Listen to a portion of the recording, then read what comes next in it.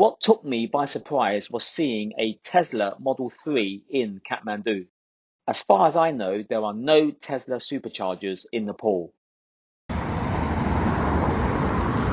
the EV? So, the Tata Nexon EV is Nepal's #1 selling EV. It is actually a very nice looking car, and the signature teal blue color makes it look fresh and modern. Here are its specifications. It has a 30.2 kilowatt-hour battery and a range of 312 kilometers. It can go from 0 to 100 kilometers per hour in 9.9 seconds. But this won't ever happen in the city of Kathmandu. This EV takes 8.5 hours to charge to 100% from a 15 amp wall connector. And if there is a supercharger, it will charge from 0 to 80% in 60 minutes. But as far as I know, there are no superchargers in Nepal. From what I have researched, there are currently only about 40 destination chargers throughout Nepal, and not just Kathmandu. So, home charging or office charging appears to be the most convenient method of charging EVs here.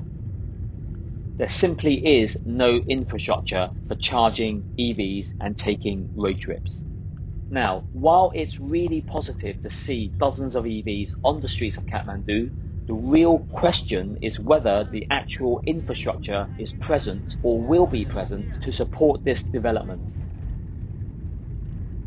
What are the actual plans for the electrification of transport in Nepal?